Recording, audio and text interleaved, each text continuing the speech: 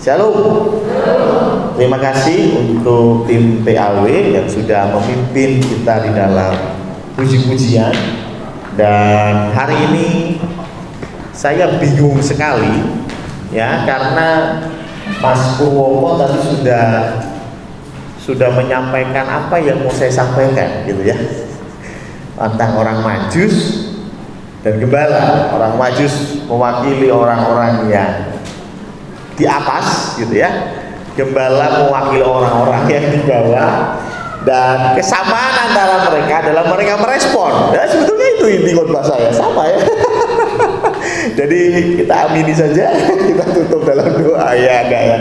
Ya, jadi kita belajar hari ini tentang gembala dan orang Majus. Dan saya sebelum saya mulai khotbah ini, saya mau pamit dulu gitu ya, karena selepas ini saya harus mengisi Natal ya di Solo, dan karena itu sehabis khotbah saya langsung meluncur ya, karena jam 10 acaranya ya. Nah, tapi kabar baiknya pasti khotbah saya nggak janji ya. Ya, tapi saya sudah pamit dulu. Habis khotbah saya permisi langsung meluncur supaya tidak terlambat di acara yang kedua. Dan mari kita kembali ke firman Tuhan, bicara tentang gembala dan orang Majus. Kayaknya ini udah sering kita dengar, sering kita baca. Ya, sebetulnya jujur saja ini biasanya dibaca pada waktu Natal. Desember itu pada waktu itulah tema-tema ini pasti muncul gitu ya. Nah, yang menarik yang pertama adalah orang Majus. Bicara tentang orang Majus itu hanya ada di Matius pasal yang kedua. Tidak ada di Injil lain. Ya, cerita tentang orang Majus ada di Matius 2 ayat 1 sampai dengan ayat 12. Mari kita baca Matius 2 ayat 1 sampai dengan ayat yang ke-12 ya. Ini adalah bicara tentang orang Majus dari timur ya. Saya akan baca ayat yang pertama dan ayat yang kedua Bapak Ibu sekalian, dan begitu seterusnya supaya nggak ngantuk, ayatnya banyak ya. Ya. Matius 2 ayat 1 dan seterusnya, orang-orang Majus dari timur. Sesudah Yesus dilahirkan di Betlehem di tanah Yudea pada zaman Raja Herodes, datanglah orang-orang Majus dari timur ke Yerusalem.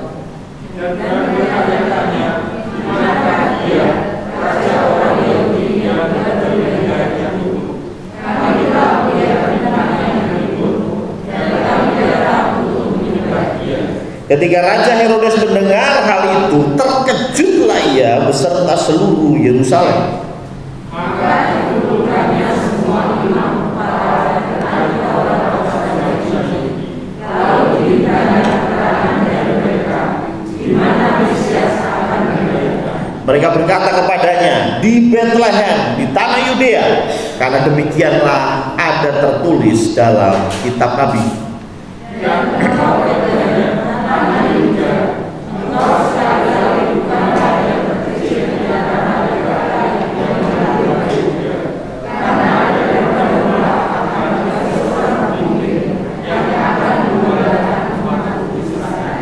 Lalu dengan diam-diam Herodes memanggil orang-orang Majus itu dan dengan teliti bertanya kepada mereka bila mana bintang itu nampak.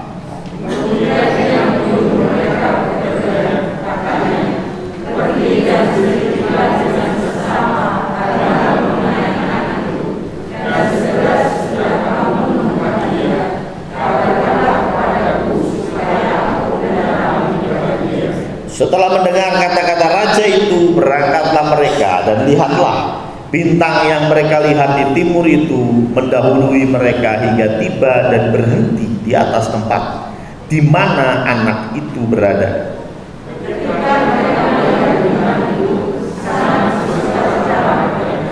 Maka masuklah mereka ke dalam rumah itu dan melihat anak itu bersama Maria, ibunya, lalu sujud menyembah dia. Mereka pun membuka tempat harta bendanya dan mempersembahkan persembahan kepadanya, yaitu emas, kemenyan, dan mur.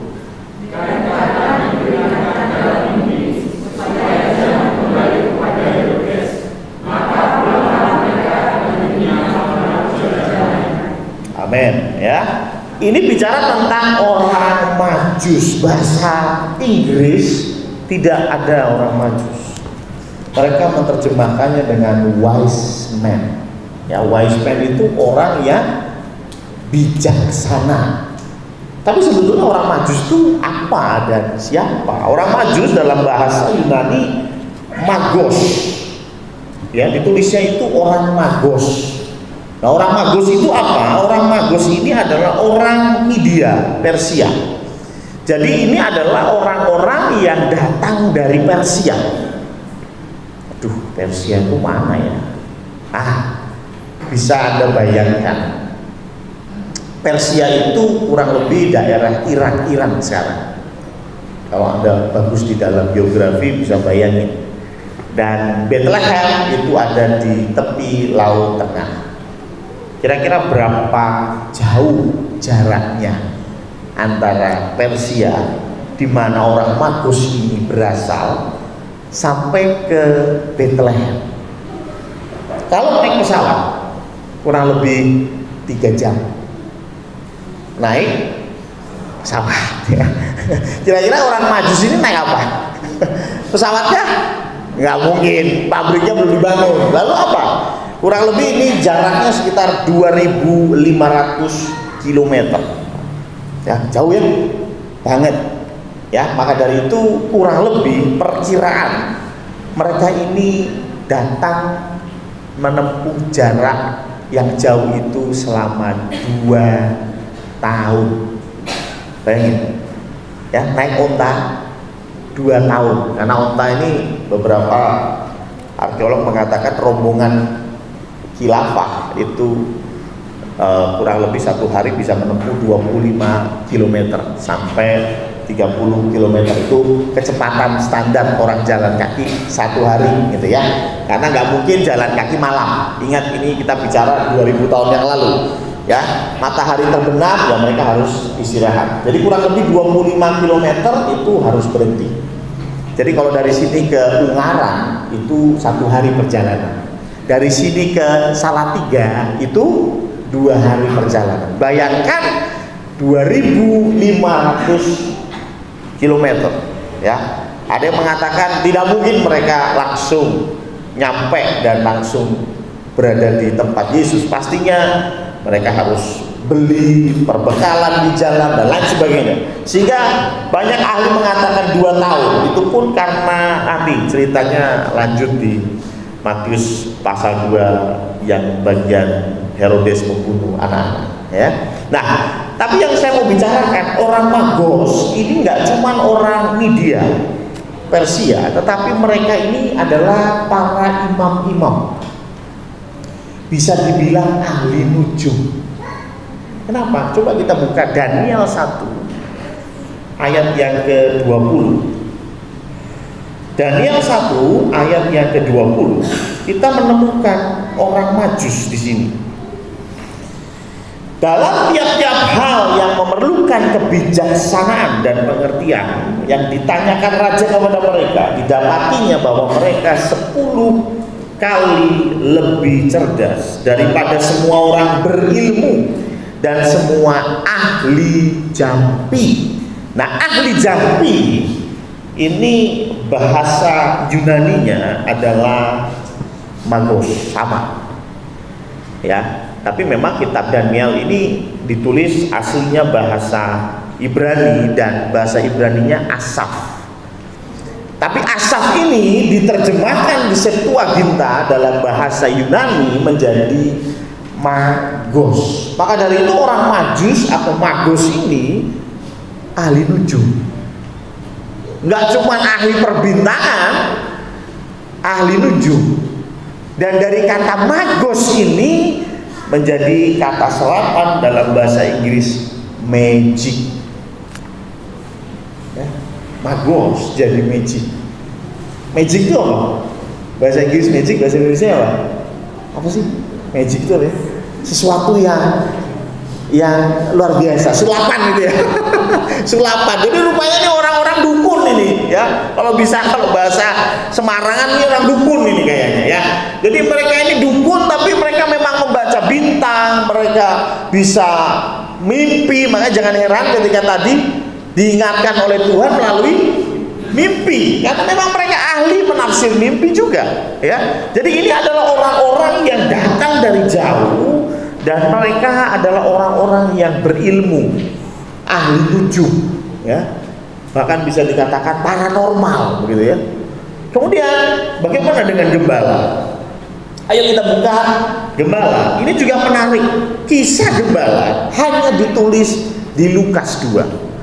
Kalau kisah orang Majus ditulis di Matius 2, kisah gembala di Lukas 2 ayat 8 sampai 20.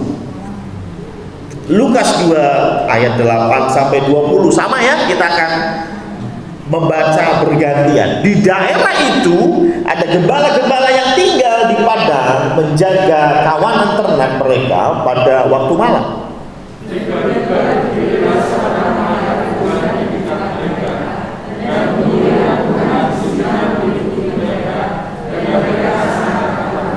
Lalu kata malaikat itu kepada mereka, jangan takut, sebab sesungguhnya aku memberitakan kepadamu kesukaan besar untuk seluruh bangsa.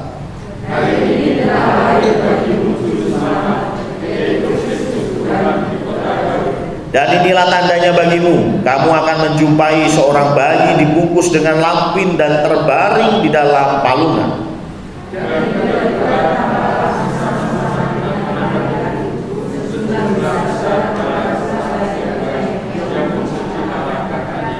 Kemuliaan bagi Allah di tempat yang maha tinggi, dan damai sejahtera di bumi di antara manusia yang berkenan kepadanya.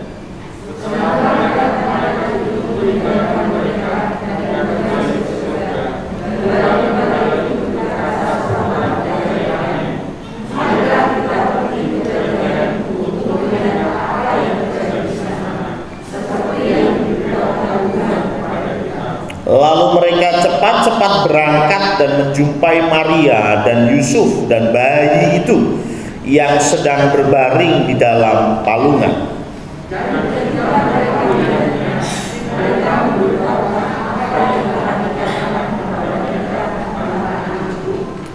Dan semua orang yang mendengarnya heran tentang apa yang dikatakan gembala-gembala itu kepada mereka.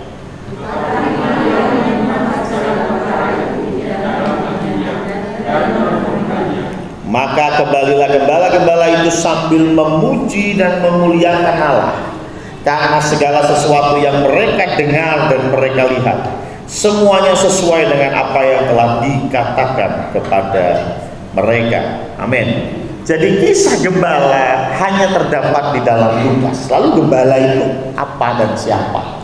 Ya, ada banyak penafsir buku yang menulis bahwa gembala ini golongan kelas 2 lah, golongan yang stratanya paling bawah. Tapi kok kalau saya lihat di dalam Alkitab, nggak begitu parah juga sih sebetulnya gembala ini. Kenapa? Gembala ini bahkan itu adalah satu profesi yang sejak semula ada. Ada yang tahu anaknya Adam dan Hawa? 2 orang. Kain, apa pekerjaan Habil? Gembala, betul kan? Kejadian 4 menuliskan bahwa Habil ini kerjanya sebagai gembala.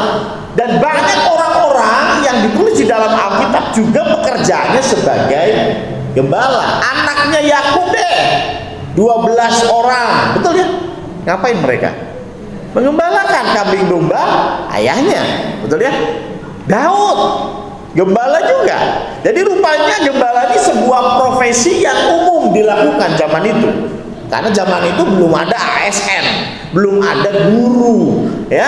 Guru juga biasanya guru-guru Taurat, orang Farisi, itu aja. Tapi secara umum pekerjaan mereka ya kalau nggak bertani, nelayan, gembala, gitu ya.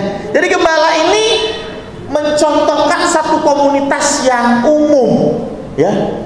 seperti sekarang itu ya umumnya piyelah ya, standarnya seperti apa. Dan itu adalah gembala. Bahkan Abraham yang kaya sekali, dia pun seorang gembala. Ya memang yang mengembalakan sudah anak buahnya gitu ya, tapi tetap standarnya, startnya awal dia sebagai gembala. Mungkin punya 10 dulu, lama-lama jadi banyak, hire orang, suruh kerjakan begitu ya.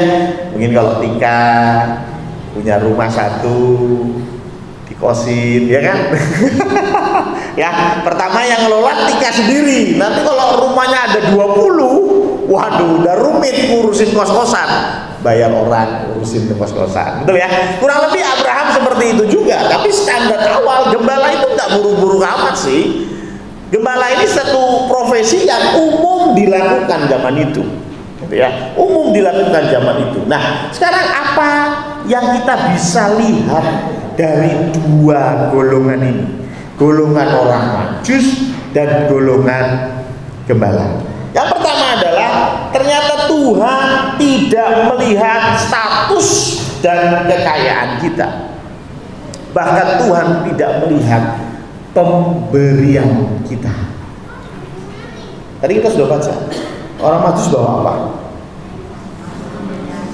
3 itu zaman dulu itu, bahkan sampai sekarang ya, itu benda-benda yang berharga. Emas, kemenyan, dan uang. Itu benda-benda berharga, nggak sembarangan harganya. Harganya cukup mahal.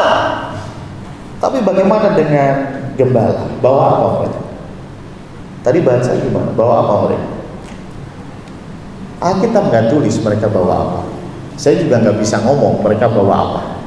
Mungkin nggak bawa apa-apa, karena mungkin domba yang mereka gembalakan bukan domba mereka. Mungkin mereka hanya orang suruhan yang diutus untuk jagain domba-domba tuannya. Mereka bukan bos yang punya domba sendiri, yang bisa saja ambil 1 domba kasih kepada Yusuf sebagai persembahan. Enggak, karena ini dombanya bos. Kalau ini saya kasihkan kepada Yusuf, saya dimarahin bos, betul nggak? Jadi kalau Alkitab nggak tulis gembala nggak ngasih apa-apa, tapi yang menarik dua-duanya Tuhan terima dengan baik. Kadang-kadang kita merasa bahwa orang-orang yang kaya lebih dekat dengan Tuhan, sedangkan orang-orang yang nggak punya duit kayaknya jauh dari surga. Kenapa? Karena kalau orang punya duit itu bisa perpuluhan, kamu lihat. Katanya kalau perpuluhan dekat sama surga. Nah kalau orang miskin itu nggak bisa perpuluhan, sehingga susah kayaknya masuk surga gitu ya. Gitu kan? Orang-orang kaya bisa datang ke gereja baju bagus, pakai sepatu, naiknya mobil. Orang nggak punya, datang ke gereja aja malu. Saya cuma punya kaos oblong, celana juga celana pendek, celana panjang saya cuma 1, sobek lagi kemarin, ya. Nggak bisa ke gerejanya karena nggak punya baju. Sepertinya kok ke surga lebih gampang jadi orang kaya untuk datang ke surga. Padahal firman Tuhan bilang orang kaya masuk surga itu seperti lebih mudah onta masuk ke lubang jarum. Atau gimana? Sebetulnya ketika kita bicara tentang Kristus, Kristus tidak hadir bagi orang kaya saja. Kristus tidak hadir bagi orang miskin saja. Tapi Kristus hadir bagi semua orang. Ketika kita datang kepada Dia dan kita mempersembahkan sesuatu, bagus. Tapi kalaupun Anda datang kepada Dia dan memang nggak punya apa-apa untuk dipersembahkan, tetaplah datang kepada Dia. Gembala nggak punya apa-apa. Orang Majus sudah siapkan barang-barang persembahan. Orang kecil seperti gembala yang mungkin dia hanya menggembalakan domba bosnya, mereka nggak punya banyak uang untuk mempersembahkan kepada Tuhan Yesus. Mungkin juga benar-benar nggak punya uang, tetapi mereka datang dan merespon panggilan itu, dan Tuhan tidak menolak. Kamu nggak bawa persembahan, pulang. Nggak. Tuhan terima dengan baik. Saya teringat dengan satu cerita bagaimana Lukas 21 ayat 1 sampai dengan ayat 4 bicara tentang ada janda yang kasih 2 peser, seduit, 1 duit gitu ya. Coba kita baca di dalam Lukas 21 ayat yang pertama sampai dengan yang keempat. Ya, Lukas 21 ayat yang pertama sampai yang keempat. Ketika Yesus mengangkat mukanya yang melihat orang kaya memasukkan persembahan mereka ke dalam peti persembahan, ia melihat juga seorang janda miskin memasukkan 2 peser ke dalam peti itu.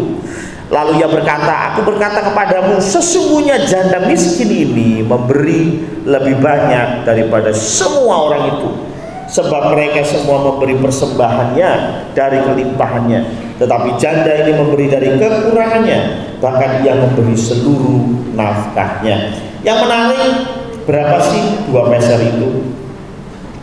Ya, 2 peser itu dikatakan di dalam Markus 12 ayat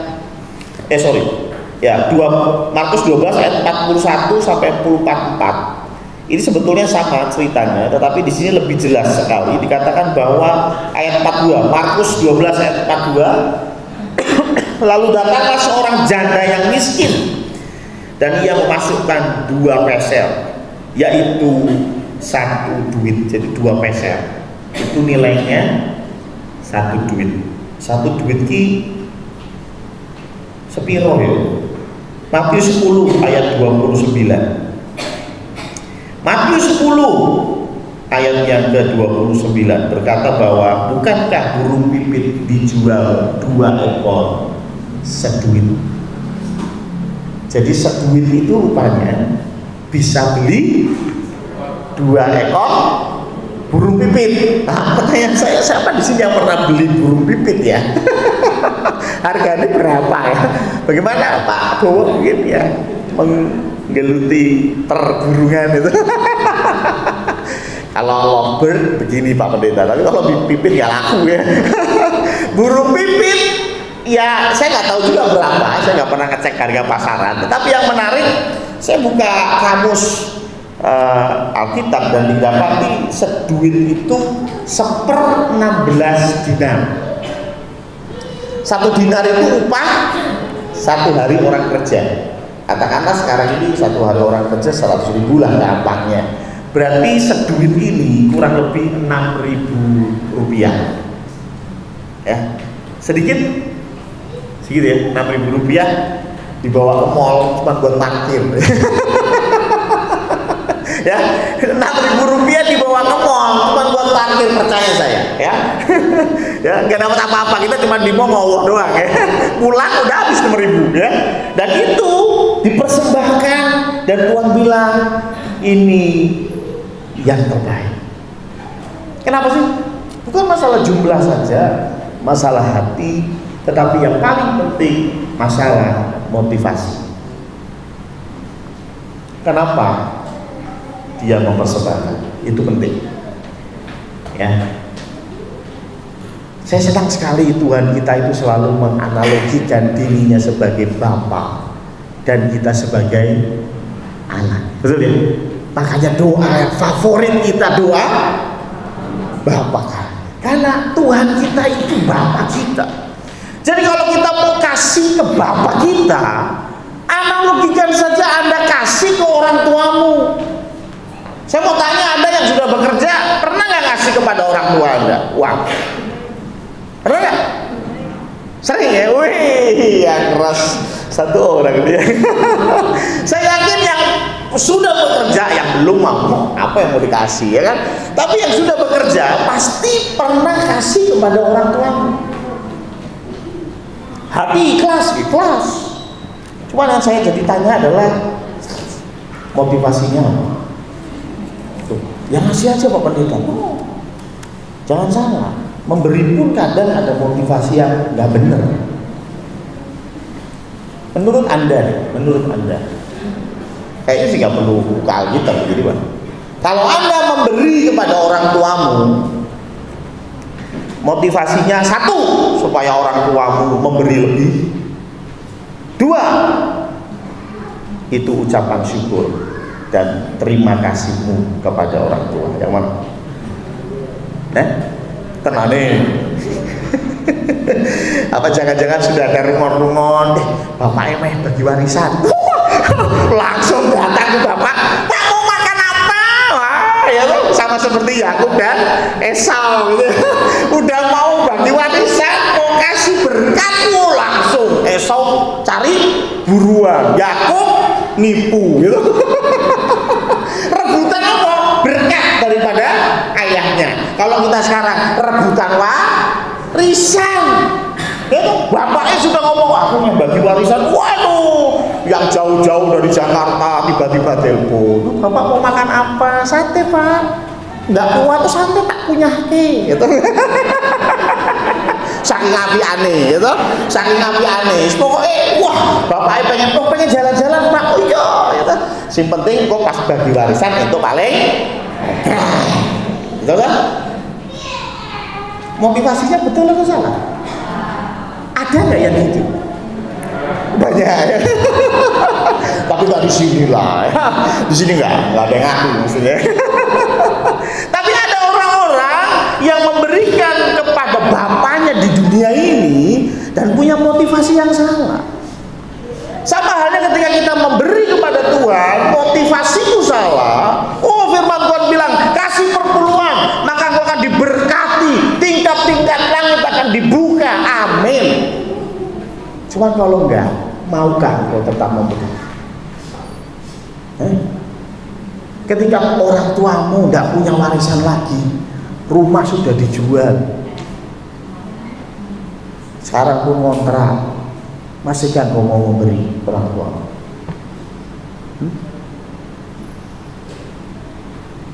Kadang-kadang kita memberikan, maaf, uang atau apapun kepada orang tua kita, kita punya harapan bahwa saya akan jadi anak yang paling disayang karena saya memberi uang paling banyak.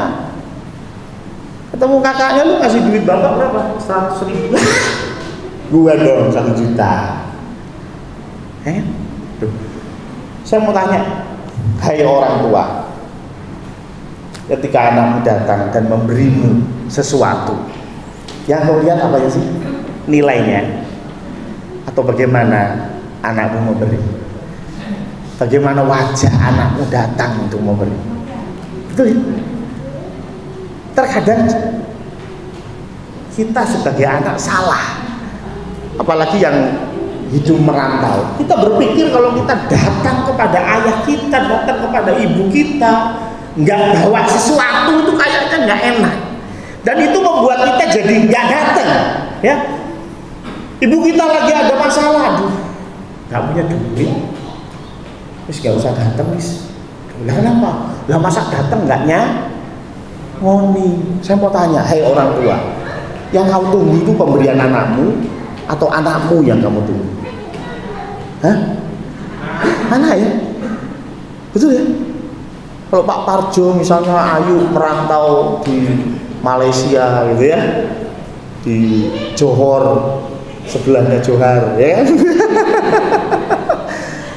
Waduh, terus Ayu mau pulang kampung, waduh, duitnya ngepas, cuman bisa buat pesawat PP, nggak bisa buat ngasih oleh-oleh, nggak bisa ninggalin bapak. Wis lah Pak,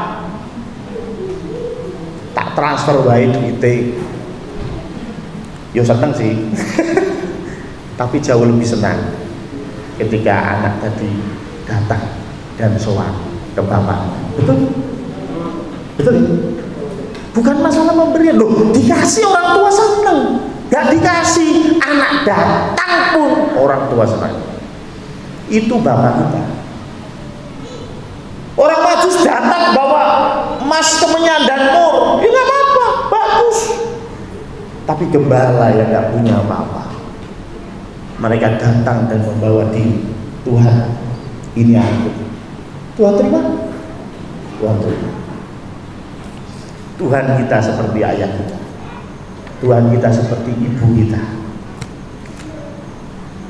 engkau nggak punya uang untuk persembahan. Ya kalau memang nggak punya uang untuk persembahan, datang saja ke gereja. Emang nggak kasih persembahan, terus Tuhan nggak terima engkau. Ya mungkin Pak Pendetanya nggak terima, tapi Tuhan terima. Ya Pak Pendetanya cuma satu nih, walah minta tolong terus tapi nggak pernah perpuluhan gitu. Itu sih gerundel pendetone. Tapi saya yakin dan percaya Tuhan tidak pernah gerundel. Setuju? Anda mau datang ke sini nggak bawa duit nggak apa-apa, datang. Ini rumah Bapakmu, betul? Ya. Makanya beberapa tahun yang lalu majelis sudah sepakat kita pakai persembahan di depan. Kenapa sih? Yang jaga ini kadang-kadang ada disodor begini kan. Ya wis kondisi ekonomi mepet gitu ya, wis disodor sing nyodor Mas Hartadi mana itu. Ayo saya senang loh Mas Hartadi yang nyodorin, dapetnya banyak. Nomor canda Mas ya. Tapi saya mengerti perasaan itu. Kenapa? Karena saya pernah nggak punya duit. Ya toh, saya pernah nggak punya duit dan ketika kantong kolektor datang itu seperti berdegup kencang gitu ya. Orang harus ngerti toh, gitu ya. Ya, untuk mengatakan enggak, begitu tuh malunya setengah mati, gitu ya. Maka dari itu majelis Dia Condrokusumo beberapa tahun yang lalu kita sepakat udah taruh di kotak persembahan. Taruh, nggak ada duit, habis datang mau langsung pulang, ya monggo. Tapi kalau engkau punya uang dan pergi ke bapakmu di dunia ini dan kamu nggak kasih bapakmu, ya saya mau bilang ada anak yang keterlaluan. Betul ya? Kalau Bu Harti dikasih kabar bapak ibunya di Boyolali gerah, langsung lari ke Boyolali. Naik motor maksudnya. Lari ke kecelakaan ya. Naik motor ke Boyolali. Barusan jual tanah laku 500 juta. Amin gitu. Sampai sana mulai orang nyangoni ini jenenge kebuangetan gitu. Saya bilang kebuangetan. Tapi kalau memang nggak ada duit, datang ke bapak, datang ke ibu. Mereka sudah senang lihat wajahmu. Mereka sudah senang ketika kau datang, Pak, betul? Betul ya? Nggak usah jauh-jauh, nggak usah mikir yang aneh-aneh. Orang tuamu lihat kamu datang itu senang. Tapi sekali lagi, motivasimu ketika kau memberi harus kau perhatikan. Memberi kepada Tuhan sama seperti memberi kepada orang tua. Kasih ya sudah. Habis dikasih, terus mamamu atau ibumu marah. Jangan bungkit-bungkit, terus pakai duit ngamuk-ngamuk. Urusannya apa? Itu, nah aku jadi wong tuane lempar gitu ya, balik no itu kurang ajar. Betul ya? Betul ya? Loh, apa hubungannya? Loh, nek kowe salah ya ibumu negur, enggak terus langsung kasih duit, Bu, wis rasanya ini aku lho. Iki sogokan iku jenenge. Betul ya? Ngawur. Ketika kau memberi, beri. Jangan usah urusin macam-macam mau duitnya berapa. Jujur orang tua tidak akan hitung. Mereka melihat hatimu, motivasimu untuk memberi. Itu jauh lebih berharga. Itulah mata orang tua. Bigel besok besar.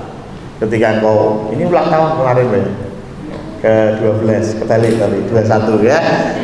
Oh, besok kamu jadi orang sukses, punya penghasilan. Jangan lupa mama. Ya, jangan lupa mama. Bukan untuk supaya mama ngasih warisan, tetapi kamu dari kecil sampai besar berapa banyak mamamu sudah keluarkan keringat dan air mata. Ini tanda terima kasih. Ora sepiro. Betul? Saya ngelihat adik saya ngurusin Feli aja. Kayaknya tuh seluruh hidupnya sudah habis itu. Ya, pulang kerja, ngurusin Feli sampai malam, besok kerja lagi, gitu. Ngurusin Feli sampai malam, aduh repot. Gitu ya. Saya yakin yang punya anak-anak kecil juga sama ya. Alfian juga repot. Gitu. Pulang kerja pengennya rebahan tidur, harus ngurusin anak. Ya toh, belum lagi kalau demam, sakit, jaluk gendongan dan lain sebagainya. Sebanyak apapun uangmu gak akan bisa membayar apa yang sudah orang tuamu berikan. Betul? Ya. Tuhan juga begitu. Ya.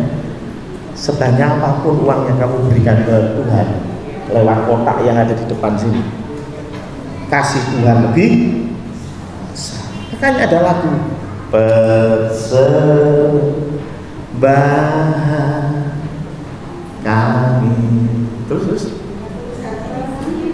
sedikit sekali gitu ya. Loh, sedikit sekali itu jangan diterjemahkan oh berarti persembahan kudu sithik. Loh, lagunya sedikit sekali ya toh. Jadi kalau di dompet 10.000, di depan ada warung, beli rokok dulu gitu. Sisanya 2.000 kasihkan Tuhan, karena persembahan sedikit sekali. Bukan maksudnya persembahan kita sedikit sekali ketika dibandingkan apa yang Tuhan sudah lakukan. Pemberianmu kepada orang tuamu itu sedikit sekali dibandingkan apa yang sudah orang tuamu lakukan untuk engkau. Orang Majus tahu itu, gembala tahu itu. Orang Majus punya duit, dia kasih. Gembala nggak punya uang, dia datang, walaupun dengan tanpa bawa apa-apa, tentengan nggak ada, plastik resek enggak, tetapi mereka bawa hati. Tuhan, ini aku datang untuk menyembah. Yang kedua apa yang kita pelajari dari dua golongan ini? Yang kedua yang kita pelajari adalah rupanya Allah ini datang untuk menebus seluruh umat manusia, tidak terkecuali ras manapun. Manusialah yang sukanya menggolong-golongkan. Kowe Jawa, kowe Chinese, Manado, Medan, itu. Wah, saya pernah cerita orang daerah sini tuh bahaya Pak Pendeta. Sukanya istrinya banyak. Ya, lo tapi ya mungkin ada lah ya mungkin, tapi kan ya nggak selalu gitu ya. Oh, kalau orang daerah sini, oh janganlah ya, bahaya nih, sukanya morotin ya uang suaminya dan lain sebagainya. Itu banyak terjadi rumor seperti itu di kalangan kita begitu ya. Ketoknya sih paling apik iki wong ya gara-gara kowe Jawa. Loh, ini yang memetakan kita. Coba ada tanya kepada Syoklan gitu. Ya, Syoklan akan bilang yang paling bagus orang Jawa itu. Gitu ya. Ya, kalau Anda tanyanya kepada warga Sibutar-Butar ya pasti beda lagi ya toh. Mereka pasti bilangnya beda. Steve saja mau cari istri bukan orang Jawa. Steve cari orang NTT Alor katanya. Tapi ya nggak tahu, saya dengar sih udah dekat dengan seseorang gitu ya. Ya. Mantap ya. Jadi Steve ini juga bilang aku bukan nggak mau cari Pak Pendeta, tapi saya mau cari yang orang Alor saja. Saya mau cari orang NTT saja, ya.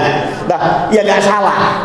Dalam hal ini nggak salah. Kenapa? Karena memang begitu ada perbedaan budaya yang terlalu besar, ya tentu perlu penyesuaian dan adaptasi yang sangat banyak, gitu ya. Contoh saja orang Jawa nikah sama orang Amerika, ya. Seperti contohnya cita-citanya Johan. Karena Johan bilangnya begini, aku pengen punya istri yang mau bule. Lah kenapa? Nek disneni mbokku ora ngerti basane.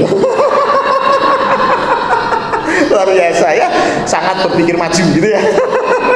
Tadi mau tuane ngomong, what, ya. Can you speak English ya?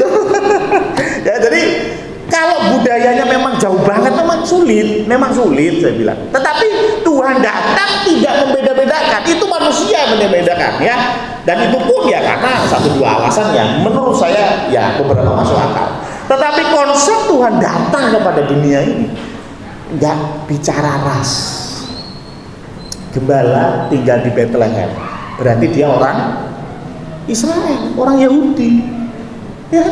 Ngapain orang Jawa jauh-jauh sampai Israel itu jadi gembala? Ya, dalam mending kayak Bu Sri Mulyani ya pergi jadi direkturnya IMF gitu ya, kalau nggak salah ya, saya lupa dulu ya. Tapi intinya kalau gembala pekerjaan yang umum, saya yakin pasti orang lokal, gitu ya, pasti orang Yahudi. Tuhan panggil, dia merespon. Tetapi bagaimana dengan orang Majus? Orang Majus ini rupanya nang jauh di sana. Coba kita lihat di dalam Matius 2 ayat yang ke-16. Matius 2 ayat yang ke-16. Ketika Herodes tahu bahwa ia telah diperdayakan oleh orang-orang Majus itu, ya sangat marah. Lalu ia menyuruh membunuh semua anak di Betlehem dan sekitarnya, yaitu anak-anak yang berumur 2 tahun. Ini perkiraan perjalanan si orang Majus ini sampai Betlehem 2 tahun, dan itu diperkuat di dalam Matius 2 ayat yang ke 11 ya. Maka masuklah mereka ini orang Majus ke dalam rumah itu dan melihat anak. Coba bandingkan dengan gembala. Gembala melihat bayi, karena gembala dekat, dikasih tahu langsung datang. Malam itu juga sudah ada di kandang bersama bayi Yesus, bayi. Tapi orang Majus perlu waktu 2 tahun untuk menjumpai Tuhan Yesus. Makanya disebut sebagai anak. Karena itu yakin saya, orang Majus gak mungkin orang Yahudi. Aduh, soalnya gitu. Orang Majus pasti bukan orang Yahudi, dan tentunya ini terbukti dari penggalian arkeolog yang tadi saya ceritakan bahwa mereka adalah orang Media Persia, gitu ya. Dan orang-orang ini tentunya pakai bahasa yang berbeda juga, bukan bahasa Yahudi. Tapi luar biasanya Tuhan kita bingung nggak dengan bahasa Jawa? Anda mau berdoa pakai bahasa Jawa boleh, apa harus pakai bahasa Ibrani? Ya. Karena ada beberapa pengajaran berkata, oh, kita tuh harus belajar bahasa Ibrani. Nah kenapa? Di surga nanti bahasanya Ibrani, Shalom Aleichem Hamashiach, gitu ya. Itu gitu ya. Itu yang bisa Steve ini ya, ahli bahasa Ibrani. Ya, dia kan namanya juga panitia hari kiamat, ya kan? Harus paham bahasa Ibrani, gitu ya. Tapi jujur saja, Tuhan yang kita sembah, dia mengerti semua bahasa, dia datang untuk semua bahasa. Anda mau ngomong apa saja dengan Tuhan, bahasa apa saja dengan Tuhan, Tuhan tahu. Tuhan ngerti. Tuhan datang untuk menebus semua ras dan golongan. Enggak lah, Pak Pendeta ini nggak pernah baca. Coba kita lihat di dalam Matius, sebentar, mana ya? Matius 10 ayat yang ke-6. Ini sering dipertanyakan karena memang ini cukup menarik. Dari ayat yang ke-5 deh, Matius 10 yang ke-5. Ke-12 murid itu diutus oleh Yesus, dan ia berpesan kepada mereka, janganlah kamu menyimpang ke jalan bangsa lain. Jelas ya? Atau masuk ke dalam kota orang Samaria. Orang Samaria itu tetanggaan. Melainkan pergilah kepada domba-domba yang hilang dari Israel. Jadi murid-murid diutus untuk ke Israel. Dan itulah mengapa ketika Tuhan Yesus naik ke surga hari Pentakosta, turunnya Roh Kudus, mulai mereka menyebarkan agama Kristen, mulai menyebarkan tentang kabar sukacita. Tapi yang menarik, mereka semua mengabarkan hanya untuk orang Yahudi. Sampai ada satu rasul yang terlalu nekat, dia menyebarkan ajaran Kristus ini kepada orang yang bukan Yahudi. Namanya Paulus. Rasul Paulus ini hampir bentrok sama Petrus. Kenapa? Buat Petrus, Rasul Paulus ngawur. Nah udah jelas kita tuh diutus untuk orang Israel, orang Yahudi. Malah aja sampai Roma, Efesus, ngapain? Tapi puji Tuhan, Tuhan sudah selesaikan itu dalam Kisah Para Rasul. Saya nggak akan jelasin di sini. Tapi intinya, bagaimana kita menjelaskan ini? Jelas di sini dikatakan ini untuk Yahudi. Jadi memang keselamatan itu pertama-tama itu memang untuk orang Yahudi. Coba dilihat di dalam Roma 1 ayat 16. Roma 1 ayat yang ke-16.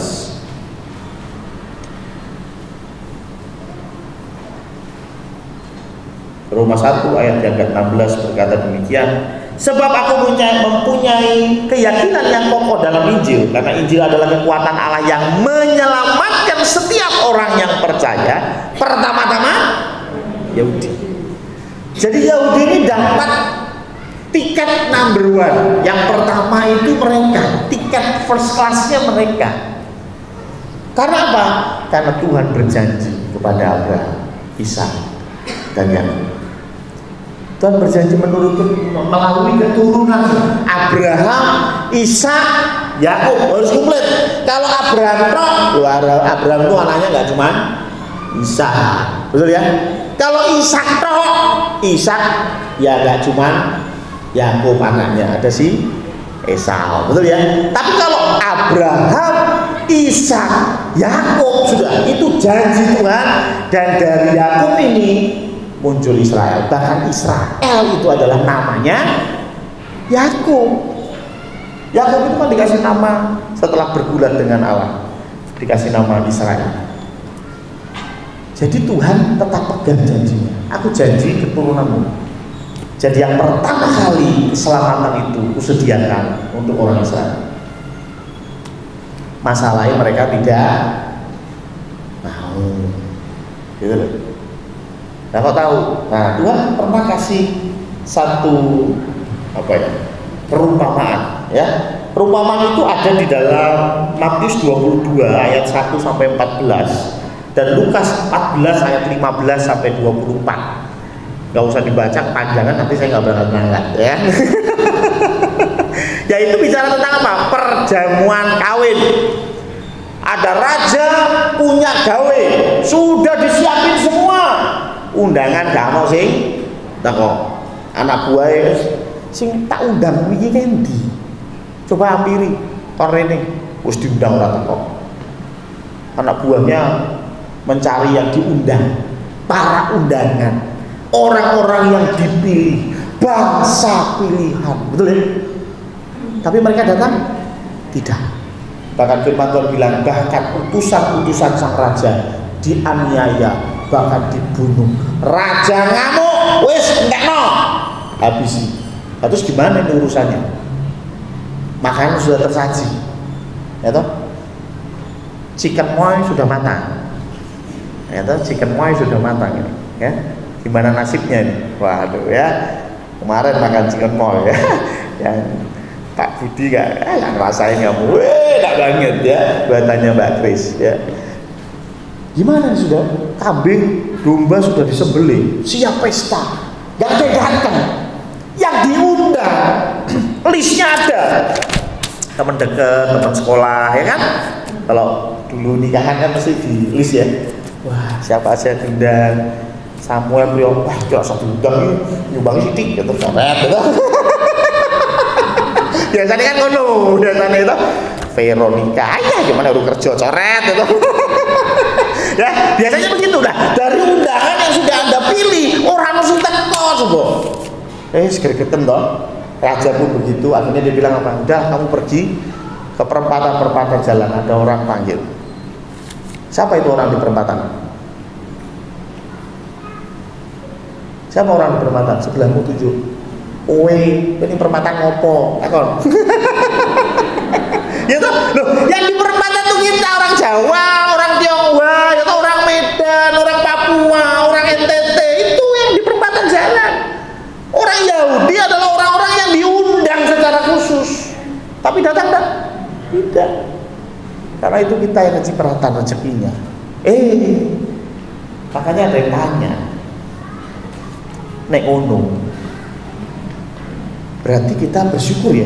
Orang Yahudi menolak Kristus. Coba orang Yahudi menerima Kristus. Wah, kita jadi intipe neraka. Ini mana dengan itu? Coba kita baca di dalam Roma berapa nih ya? Roma 11 kayaknya, saya lupa catat maksudnya. Kalau Stephen pasti hafal ini.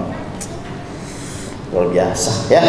Roma 11 ini ayat 11. Maka aku bertanya, adakah mereka tersandung dan harus jatuh? Maksudnya Israel, apakah itu memang mereka harus tersandung gitu ya dan harus jatuh? Sekali-kali tidak.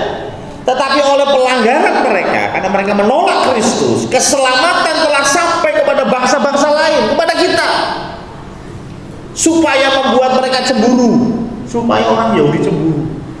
Wah, aku cek keteteran mlebu swarga, wong Inggris mlebu langsung, wong Tionghoa mlebu langsung, wong Jawa mlebu langsung, gara-gara percaya Kristus. Buat mereka cemburu. Ayat 12, sebab ini menarik, jika pelanggaran mereka berarti kekayaan bagi dunia dan kekurangan mereka kekayaan bagi bangsa-bangsa lain, terlebih-lebih lagi kesempurnaan mereka.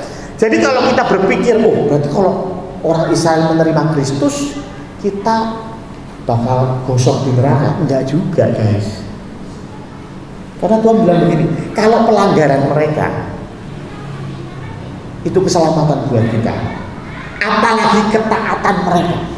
Saya nggak tahu rancangan Tuhan seperti apa, tetapi kalau saja orang Israel menerima Kristus, pasti kondisi jauh lebih baik.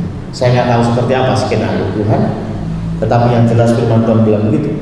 Terlebih-lebih kesempurnaan mereka. Kalau orang Israel bisa menerima Kristus, mungkin kita akan jauh lebih baik.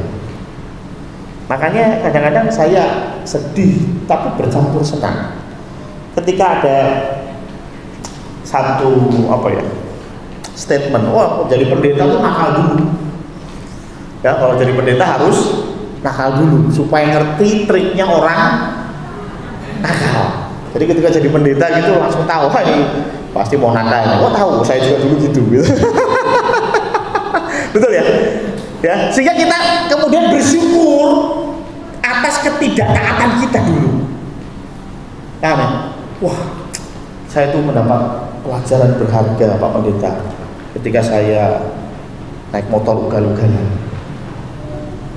Terus kan naik motor ugal-ugalan, saya nabrak dan sempat saya masuk ICU, dan di situ Pak Pendeta saya menghargai hidup ini. Dan kemudian saya bernyanyi dengan Mas Har tadi, hidup ini adalah kesempatan. Logis, Tuhan baik, Tuhan merancangkan sesuatu yang baik. Kita mundur sedikit ya. Nek kowe ngebut, kecelakaanmu bu ICU, terus Tuhan jadi sadarkan engkau. Coba bayangin kalau engkau nggak ngebut, betul nggak? Coba bayangin kalau engkau dari muda sudah ikut Tuhan dengan baik. Menurut Anda hidupnya lebih baik? Pasti. Ya.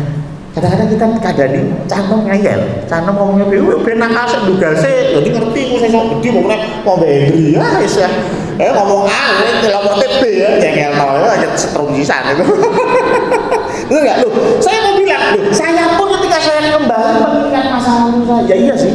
Gara-gara begini saya jadi mengerti ini sih, tapi saya yakin kalau saya tidak melakukan kesalahan demi kesalahan tadi, saya akan jauh lebih baik. Betul nggak?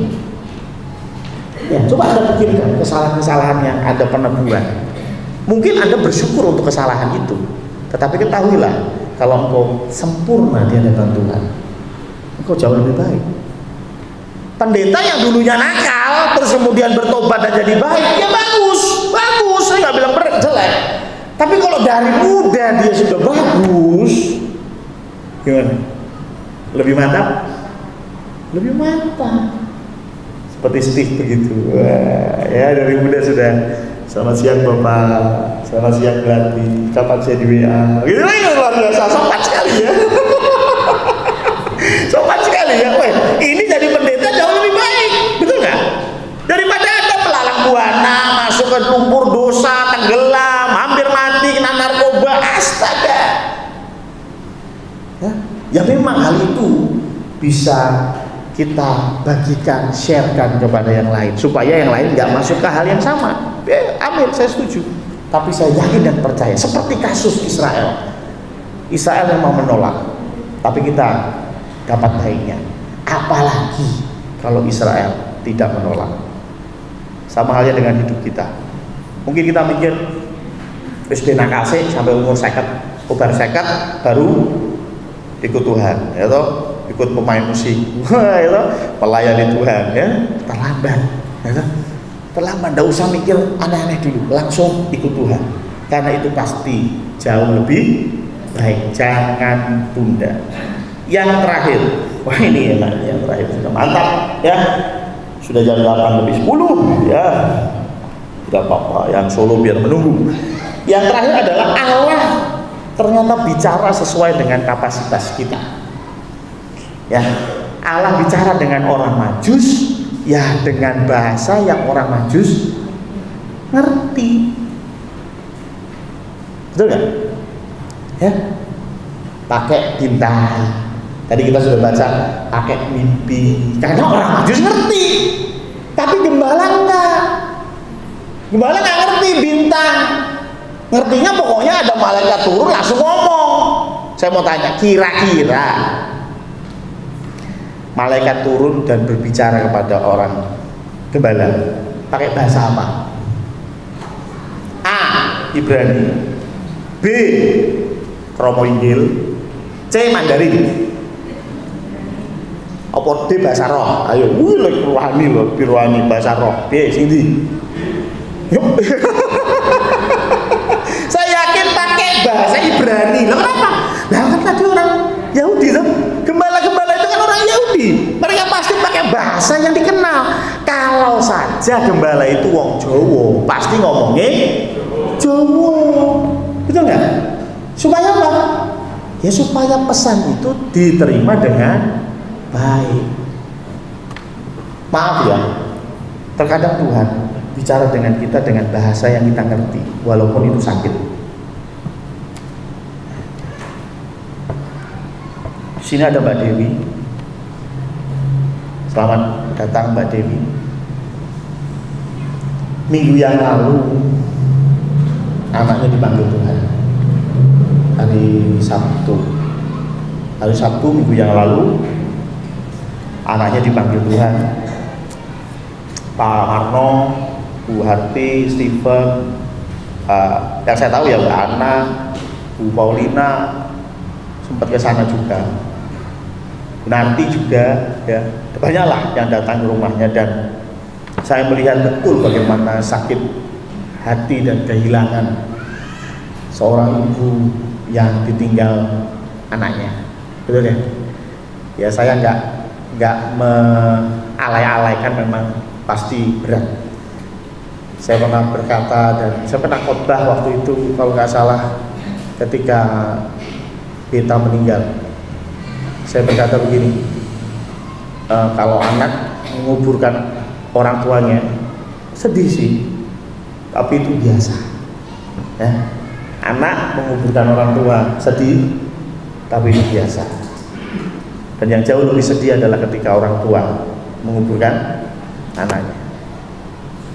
Saya juga nggak bisa ngomong banyak kepada Mbak Dewi karena ya saya juga bingung mau ngomong apa.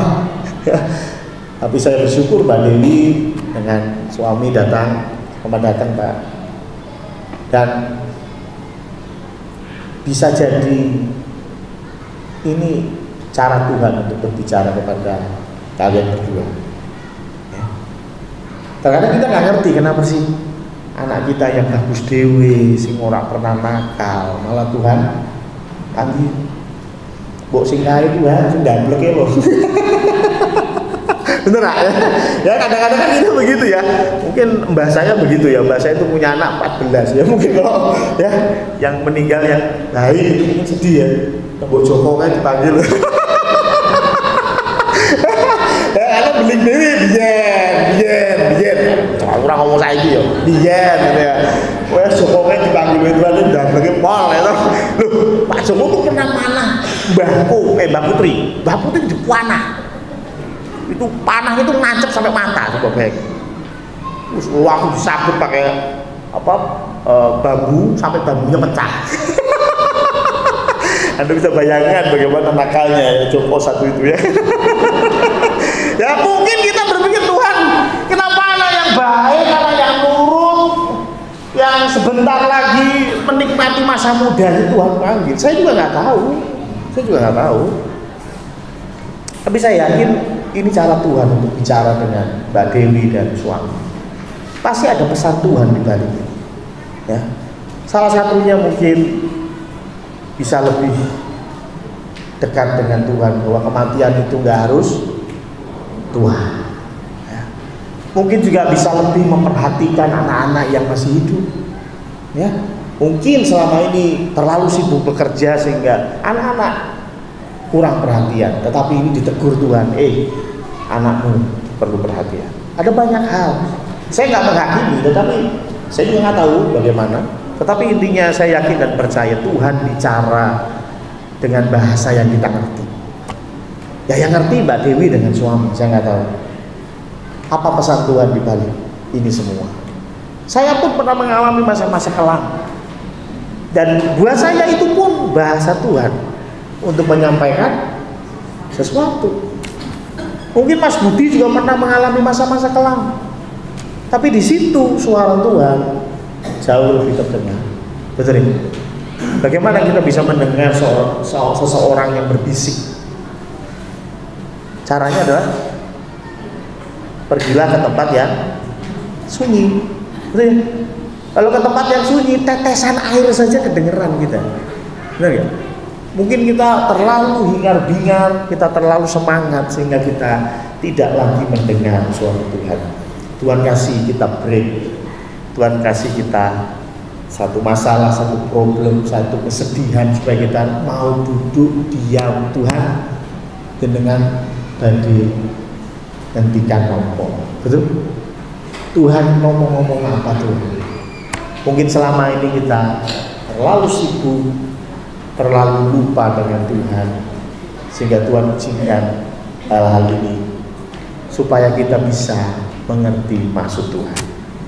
Setiap kita punya problem dan tantangan hidup sendiri. Tapi sekali lagi saya bersyukur Mbak Dewi dengan suami bisa ada di tempat ini.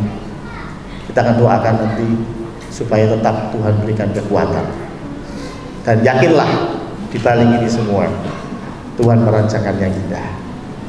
Sama seperti orang Majus dan gembala. Orang Majus harus jalan jauh. Ya dia juga nggak tahu ketemu apa enggak sama si bayi Yesus. Bener apa enggak ini bayinya akan jadi raja. Nggak tahu juga. Tapi mereka mau jalan terus mengikuti panggilan. Gembala-gembala mau datang dan menyerahkan hatinya untuk Tuhan. Saya kira itu yang bisa kita pelajari dari orang Majus dan gembala. Respon panggilan Tuhan. Tuhan mau bicara dengan setiap kita. Ada banyak hal yang terjadi, sebetulnya Tuhan mencoba bicara dengan kita. Amin. Shalom Bapak Ibu. Mari kita simak bersama untuk para jemaat yang sudah Bapak Ibu peroleh dari grup WA ataupun dari print out yang sudah dibagikan. Warta khusus yang pertama, minggu depan merupakan minggu yang keempat di bulan Desember 2021. Oleh karena itu, jemaat dipersilakan untuk dapat memberikan kesaksian sebagai ucapan syukur atas segala berkat Tuhan. Yang kedua, Ia Condrokusumo membuka pendaftaran untuk baptisan air dan katekisasi akan dimulai pada bulan Januari 2022. Bagi jemaat yang ingin mendaftarkan diri dapat menghubungi Bapak Pendeta Samuel Priyono atau kepada Saudari Veronica. Dan yang ketiga, kami juga mengundang seluruh jemaat untuk hadir di dalam ibadah perayaan Natal Ia Condrokusumo di hari Jumat tanggal 24 Desember 2021 pukul 6 sore. Mari kita melihat untuk pelayanan di kebaktian yang kedua di hari Minggu ini. Kebaktian akan dilaksanakan pukul 5 sore dengan pujian Ibu Sri Muryani, LCD Saudari Veronica, firman Tuhan Pendeta Samuel, dan pengumuman dan doa juga Pendeta Samuel Priyono. Lanjut kepada pelayanan sepekan. Untuk nanti jam 9:30 pagi, tunas remaja akan ada ibadah Natal di tempat ini. Kemudian dilanjutkan jam 3 sore akan ada ibadah offline, ibadah janji. Jadi kami harap Bapak Ibu yang memiliki putra putri bisa hadir dalam ibadah offline janji nanti sore jam 3. Selanjutnya untuk di hari Selasa tanggal 21 Desember 2021 pukul 6:30 malam akan dilaksanakan persekutuan doa malam dengan petugas Ibu Foto Kristiana. Hari Rabu tanggal 22 Desember 2021 pukul 6:30 malam juga akan ada pendalaman Alkitab dengan pembicaraan Bapak Pendeta Samuel secara online. Hari Jumat tanggal 24 Desember kita akan bersama-sama pukul 6 sore melakukan ibadah Natal. Jadi kami kasih dan kami kasih sukacita sementara ditiadakan. Kita simak juga untuk kebaktian minggu depan di tanggal 26 Desember 2021 pukul 6:30 pagi. Untuk asar akan disambut oleh Bapak Ibu Adi Budi, kemudian majelis pendamping kepada Penatua Sumarno, pujian Saudara Stephen, Saudari Veronica dan Saudari Abigail, LCD oleh Saudara Eni. Untuk firman Tuhan akan disampaikan oleh Pendeta Samuel, untuk pengumuman dan doa oleh Ibu Kristiana SW.